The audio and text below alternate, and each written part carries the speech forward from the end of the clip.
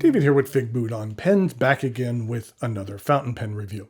Sorry the reviews have been a bit sparse over the last couple of weeks. It's been rather hectic with a confluence of events. I had been busy fulfilling all of the orders for my Leonardo Momento Zero Carolina Midnight project. The pens came in, and it takes many hours to get all of the orders boxed up and out the door. It probably took around 25 to 30 hours to get the 300-ish orders out the door. So that took away from some of my review creation time. Now, no project is perfect. There will inevitably be issues. I've had a few. I'd consider them to be minor, but not too many. Some were my fault and some were the fault of others. But I'm working through those things with the ultimate goal of making sure that every customer is pleased with their purchase. One of the things I am proud of being able to do is follow through on my committed timelines for the project. I had promised early March, and everyone is receiving their pens here in early March. Well, some international shipments have yet to arrive to customers, but they have been sent off and folks will be receiving them here soon. But adhering to deadlines is important to me. When I promise the products to customers by a certain date, then I want to do everything I can within my powers to make that happen. Now, unforeseen circumstances do happen, but I want to build a reputation with these projects of keeping them on time. I am aware of several Kickstarter projects which are significantly late. There's one which is over 2 years late. I felt guilty that I had everything packed up, but because of my work schedule and the hours the post office was open, I couldn't physically get the packages to the post office for a day. I felt bad making folks wait an extra day to receive their pens. I could not live with myself if I made customers wait over 2 years.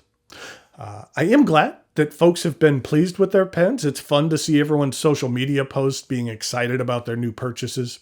While I won't consider the project complete until everyone has their pens in their hand and is satisfied, overall, I'm pleased with how this particular project has turned out.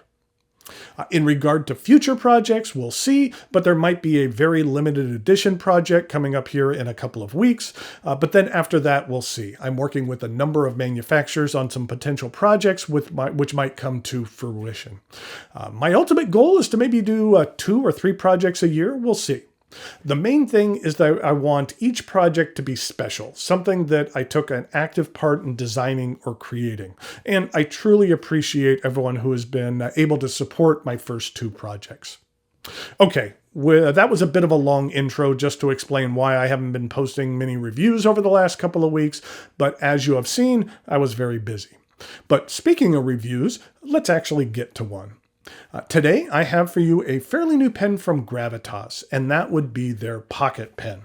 What I'm going to do today is go over the parts and features of the Pocket Pen. I'm going to talk about what I care for and what I don't care for about it. I'll show some measurements, size comparisons, and provide a writing sample. Thanks go out to the good folks at Gravitas for providing this pen for review. Gravitas is a company based out of Dublin, Ireland, and was founded by a gentleman by the name of Ben Walsh. Over the last couple of years, he's really made a splash in the fountain pen market with some colorful and unique designs. The pen arrives in this sleeve. It's like a faux suede. On the front of the sleeve is the Gravitas name and logo. The logo is an element from the traditional Walsh family coat of arms. But also there is what looks to be a bunch of lines and hash marks, but it's actually an ancient Celtic language called Ogham or Ogham, depending on whose pronunciation you follow. You actually read it from bottom to top, and what is written here translates to Gravitas pens.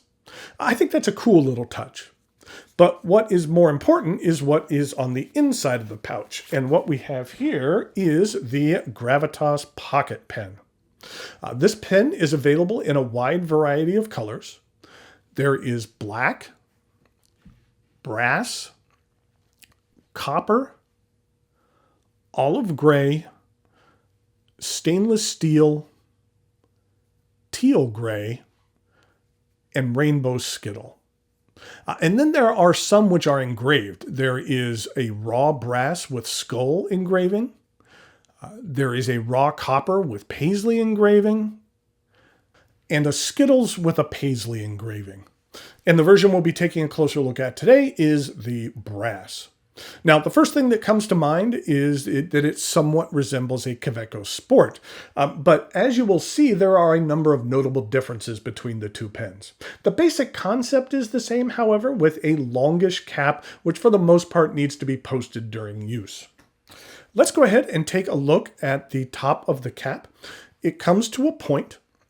I don't find the point to be too sharp. There's been other Gravitas models where the point is rather harsh, so it's nice to see that that's toned back just a little bit.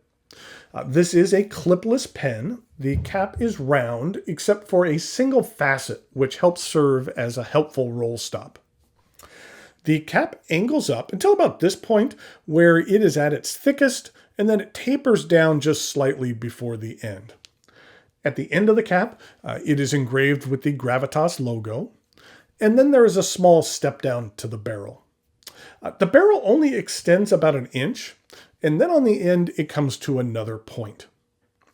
The cap twists off with 2 full rotations, and underneath we have a number 6 stainless steel JoWo nib. It is available in extra fine, fine, medium, broad, as well as 1.1 and 1.5 stubs. And here's a look at the plastic feed. The section begins with the flare before angling up. It's made from a PVD-coated stainless steel. It's also grooved so that it greatly assists in helping you maintain a firm grip. The grooves are really nice because if you tend to grip your section a bit further back, the grooves will really help you maintain the position of that grip and not have it slide forward as you're using the pen. If your grip should happen to rest on the metal cap threads, I don't find them to be sharp or uncomfortable. If I'm just writing a quick note, then I will more often than not use this pen unposted. That it's not particularly comfortable to use like that for longer writing sessions, so most of the time you're going to want to use this pen posted. The cap does post, and it posts deeply and securely. The cap actually weighs more than the rest of the pen, not by much, only about an ounce. But while posted, the weight of the pen is distributed well, and the pen feels well balanced in the hand. With the metal-on-metal contact, over time, I believe some scratching is going to develop on this barrel. I have noticed a few scratches beginning to show up here, but over time, I think that just might add a little bit of character to this pen. It's really meant to be used as a knockabout pen that can really take a beating, so I don't anticipate this pen staying in absolute perfect condition over time. The brass will patina over time. It doesn't develop a tarnish as quickly as copper, but over time you will see some change if you don't polish it.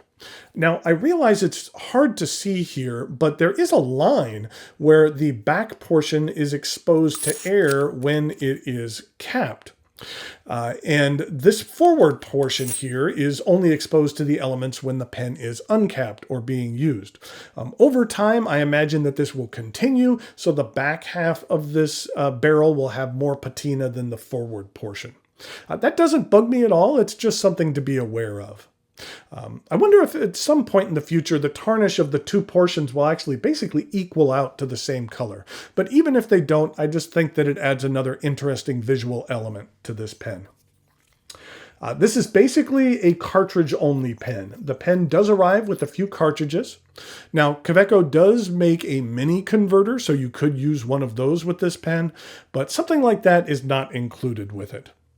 With the abundance of metal here in this pen, eyedropping would not be recommended. The Gravitas Pocket Pen is available from the Gravitas website. I'll put a link to it in the notes below. The pens retail from 65 euros to 95 euros, depending on the model. That equates to around $70 to $105, depending on the exchange rate. This brass model here is 70 euros, or about $77, which I feel is a reasonable price for this pen.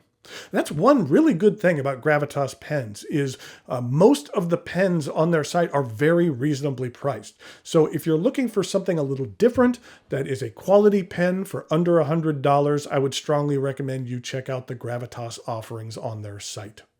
Okay, now it is time for some measurements, size comparisons, and a writing sample.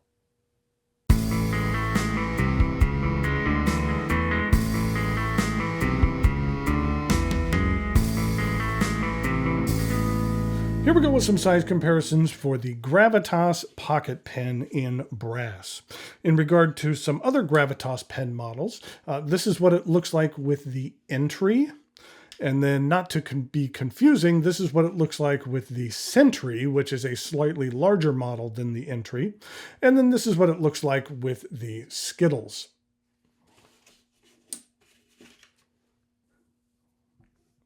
And in regard to some non-Gravitas pens, this is what it looks like with a Kaweco Sport. And then here we have a Schoen Design Faceted Pocket 6. This is in brass as well. You can see how over time this brass is going to turn into a color that looks somewhat similar to that brass. And then we have one more Schoen Design model, which is their pen in Ultim. For some uncapped comparisons, I think we actually need to post this because that's what people are going to be using. In regard to the Skyline Sport, this is what it looks like with the Skyline Sport.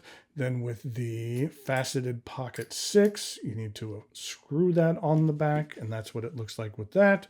And then here it is with the Gravitas Skittles.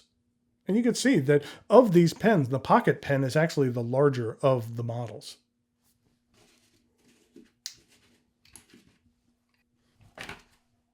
So here we have the Gravitas Pocket Pen.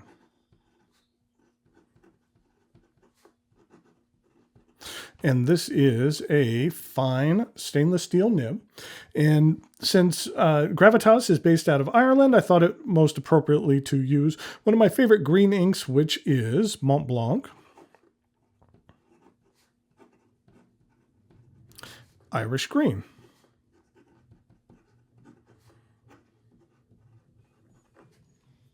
This is what the ink looks like. It's a really nice Kelly green. This is what it looks like in comparison to Papier Plume's Irish Channel green. And then here it is with Visconti's green, which is a little bit more on the teal side of green. This is what my bottle looks like of it. This is the 60 milliliter bottles for Mont Blanc. They are often referred to as the shoe because they are shaped like a shoe.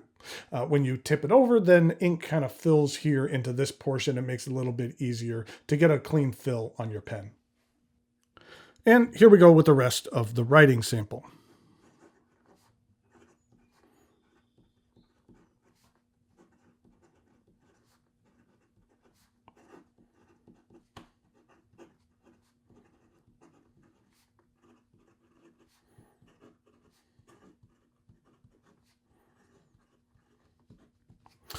I do find this fine nib to be rather firm.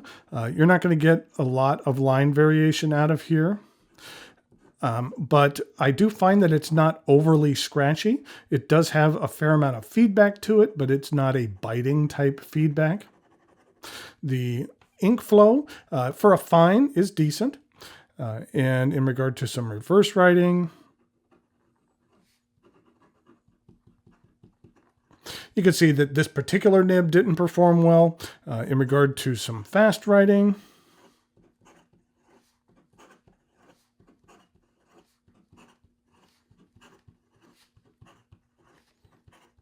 the feed kept up just fine. So here we have the Gravitas Pocket Pen. I think it is a really interesting addition to the Gravitas lineup. I mentioned it before, but Gravitas for the most part has really reasonably priced pens for what you receive. So I strongly recommend you checking not only this pen out, but the other offerings that they have on their site. Until next time, thanks for watching, and I'll talk to you later.